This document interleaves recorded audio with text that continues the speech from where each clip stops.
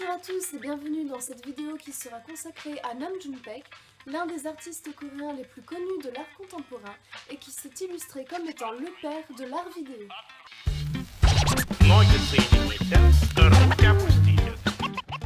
Nam June-paik est né en 1932 à Séoul et il y passera toute son enfance et son adolescence. À sa majorité en 1950, sa famille et lui quittent la Corée qui entre alors en guerre pour s'enfuir à Hong Kong.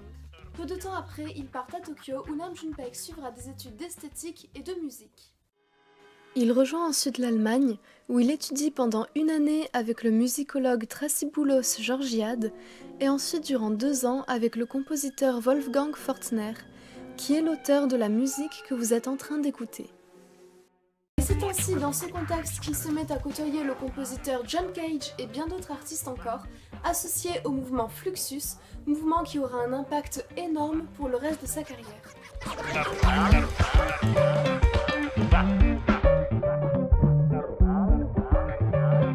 Nam June-paik définit Fluxus comme de nombreuses personnes qui sont toutes libres, autant de personnes qui sont restées amies aussi longtemps, sans discipline et sans dispute. Ces propos ont de quoi nous laisser perplexes, et pour cause, définir Fluxus n'est pas une tâche aisée. Le mouvement n'accepte pas véritablement de ligne directrice ni de définition officielle. Il peut de prime abord apparaître comme un mouvement fourre-tout, où vidéo, sculpture, peinture, danse et musique se mêlent dans des performances toutes les plus mystérieuses les unes que les autres. Mais pour mieux comprendre ce courant, il faut s'intéresser à son héritage, à ce qu'il a permis, à savoir éliminer les frontières entre l'art et la vie quotidienne, de façon à ce que tout puisse être hissé au rang d'œuvre artistique. Le but de ce mouvement est en effet de faire en sorte que l'art soit non seulement compris de tous, mais qu'il puisse en plus être pratiqué de tous. Ainsi, pour Fluxus, tout est art. Depuis l'action de boutonner votre chemise à celle de vous brosser les dents en passant par le geste de composter votre ticket, chaque mouvement de votre quotidien est susceptible de devenir de l'art. Fluxus fait tomber les barrières du formel, de l'esthétique et de l'institutionnalisation. D'ailleurs, les performances et les happenings ne sont pas considérés comme des œuvres en tant que telles par les artistes, car Fluxus se veut être un non-mouvement, un anti-art tel que l'art était considéré jusque-là. Nam June-paik est rapidement séduit par Fluxus et rejoint le groupe.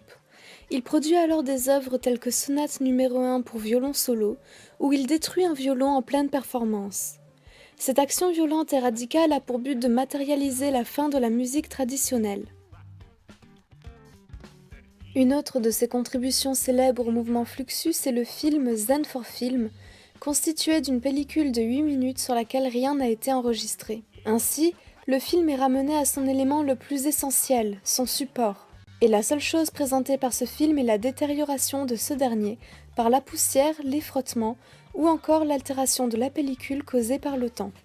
À l'instar de John Cage qui a intégré le silence dans sa musique, notamment avec son morceau 4:33 composé de 4 minutes et de 33 secondes de silence, Nam June-paik intègre l'absence d'image à l'art audiovisuel. En parallèle de son investissement dans le mouvement Fluxus, Nam June-paik prépare en 1963 une exposition révolutionnaire qui marquera le début officiel de l'art vidéo. Il dispose d'un total de 13 téléviseurs sur le sol, certains posés debout, certains de travers, sur lesquels il fait parcourir aisément afin de dérégler et de distordre les images. La télévision, devenue à son époque une forme d'objet de culte que l'on retrouve partout et dans tous les foyers, fascine Nam June-paik, qui l'utilise comme une sorte de ready-made qu'il corrige et façonne à sa façon.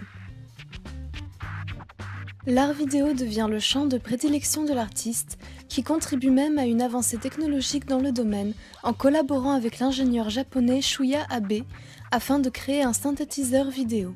Ce synthétiseur lui permettra de mieux maîtriser son art en manipulant la vidéo diffusée à l'écran.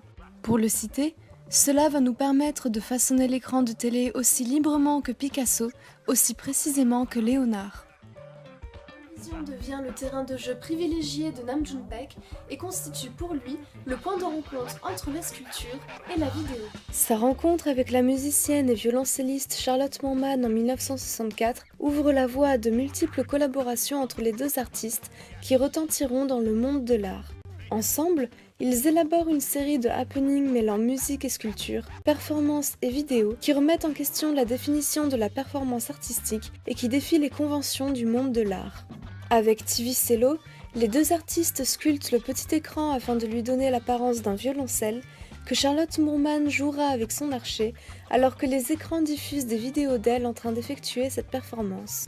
Mais les artistes ne s'arrêtent pas à détourner les codes du monde de l'art et vont jusqu'à bousculer les règles de la pudeur et de la bienséance des années 60. En 1967, ils produisent leur performance Opéra Sextronique, au cours de laquelle Charlotte Moorman jouait de son archet sur le dos de Nam June-paik, les deux ayant le buste nu, performance qui conduit à leur arrestation par la police. Ils remettent ça l'année d'après en présentant T-Vibra, où la musicienne joue du violoncelle en portant un soutien-gorge constitué de 2 caméras cachant ses seins. Ces performances ne cherchent pas à choquer pour choquer. Leur caractère provocateur est une façon pour les deux artistes de s'attaquer à l'approche traditionnelle de la musique, à l'écoute classique et conventionnelle que l'on en fait. Nam June-paik a ainsi déclaré « Je voulais agiter les eaux insipides de ces hommes et ces femmes qui interprètent de la musique en habit noir. » L'une des œuvres les plus connues de l'art vidéo de Nam June-paik est TV Buddha, où l'on peut voir une statuette de Bouddha assise regardant un écran sur lequel est diffusée sa propre image. Cette œuvre est une réflexion sur la transcendantalité, le sacré et notre rapport à la technologie et au monde médiatique. Merci à tous d'avoir suivi cet épisode, j'espère qu'il vous aura plu et qu'il vous aura permis d'en apprendre un peu plus sur Nam June-paik, Fluxus ou l'art vidéo. Vous trouverez en description toutes mes sources ainsi que les vidéos que j'ai utilisées pour faire cet épisode. Merci à tous et à bientôt. If what? Stop.